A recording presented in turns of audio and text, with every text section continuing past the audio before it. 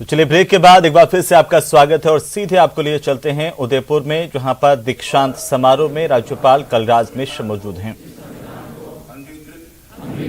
अधिनियमित और आत्मार्पित करते हैं।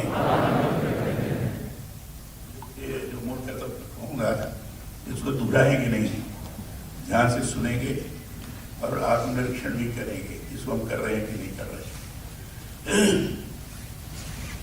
भारत के प्रत्येक नागरिक का यह कर्तव्य होगा कि वह एक संविधान का पालन करे और उसके आदर्शों, संस्थाओं, राष्ट्रभर और राष्ट्रगान का आदर करे। 2, स्वतंत्रता के लिए हमारे राष्ट्रीय आंदोलन को प्रेरित करने वाले उच्च आदर्शों को हृदय में संजोए रखे और उनका पालन करे। 3, भारत की प्रभुता, एकता और अखंडता की रक्षा करे और उसे अक्षुण्ण रखे। 4, देश की रक्षा करे और आह्वान किए जाने पर राष्ट्र की सेवा करे।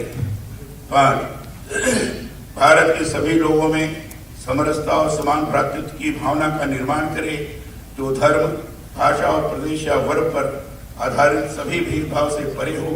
ऐसी प्रथाओं का त्याग करे जो स्त्रियों के सम्मान के विरुद्ध हैं। 6, हमारी सामाजिक संस्कृति गौरवशाली परंपरा समझे और उसका परिरक्षण करे।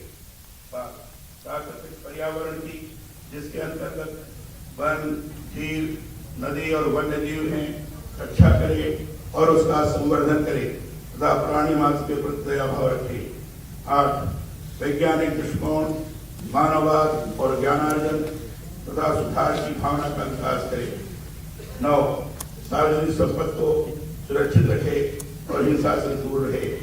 10, व्यक्तिगत और सामूहिक गतिविधियों के सभी क्षेत्रों में उत्कर्ष की ओर बढ़ने का सतत प्रयास करे, जिससे राष्ट्र निरंतर बढ़ते हुए प्रयत्न और उपलब्धि की नई ऊंचाइयों को छूटे।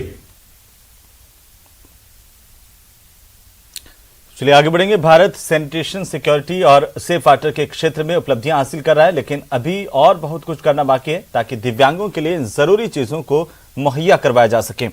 दिव्यांगों के अधिकारों के लिए संघर्ष अभी बाकी है। मिशन पानी की एक खास रिपोर्ट देखिए।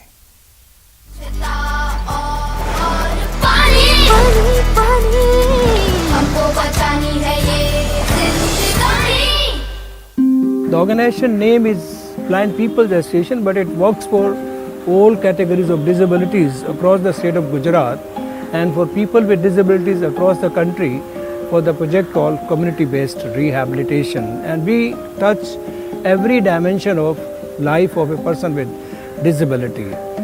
When it comes to water and sanitation, we have been fighting a battle for many years because people with disabilities need more water, need more safe water. इसके लिए हमारे देश ने एक नया कानून लाया है, rights of person with disabilities act 2016।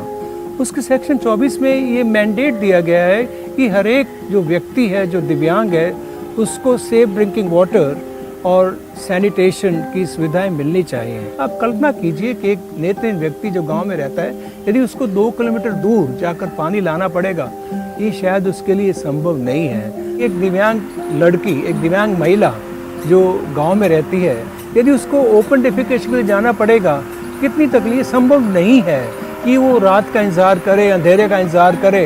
यदि वो मेंटली चैलेंज है, जो अपने आप को मैनेज नहीं कर पाती है, जिसको एक किसी का असिस्टेंस चाहिए, तो उसके लिए टॉयलेट होना आवश्यक है। बहुत खुशी होती है कि हमारे देश ने, हमारे प्रधानमंत्री ने स्वच्छ भारत अभियान की शुरुआत की है और उस अभियान के तहत हर एक घर में टॉयलेट बने, हर एक घर में शौचालय बने, ये अनिवार्य है। लेकिन ये शौचालय एक्सेसिबल होना चाहिए, सुगम्य होना चाहिए, ताकि दिव्यांग व्यक्ति उसको उपयोग कर सके। स्वच्छता और पानी, हमको बचानी है ये जिंदगानी। चलिए आगे बढ़ेंगे। राजस्थान के सूचना आयुक्त डीबी गुप्ता प्रेस कॉन्फ्रेंस कर रहे हैं, क्या कुछ कर रहे हैं वो सुन लेते हैं। लोग उन पदों पे काम कर रहे हैं, तो उसमें फ़ायदा एक ये है कि सब डेडिकेटेड लोग हैं, अपनी मर्जी से यहाँ पर काम कर रहे हैं। समस्या ये है कि जैसे ही वो 65 साल के होते हैं, तो हमको अच्छा होते हुए भी उसको हटाने की बात आती है, क्योंकि 65 से ऊपर उस डीओपी के सर्कुलर में काम करवाना अलाउड नहीं है। तो वो एक निरंतरता जो बनी रहनी चाहिए, उसमें दिक्कत आती है। नियमित स्टाफ हो तो वो समस्या नहीं होगी। मतलब लोगों को क्या भरोसा दिलाना चाहेंगे आप, जो लोग सूचना आयोग की तरफ एक उम्मीद लगा करके RTI लगाते हैं, सूचना मांगते हैं डिपार्टमेंट से, डिपार्टमेंट नहीं देता है, तो क्या कोई सख्त कदम भी हम लोग उठाएंगे? क्योंकि आपने बताया कि जैसे केसेस का निस्तारण हो रहा है तो इसमें कई डिपार्टमेंट के जो अफसर हैं वो सूचना लेकर के नहीं आते हैं सुनवाई के दौरान, तो ऐसे कोई सख्त कदम हम लोग उठाएंगे ताकि लोग। चलिए इसी के साथ इस बुलेटिन फिलहाल इतना ही। नमस्कार।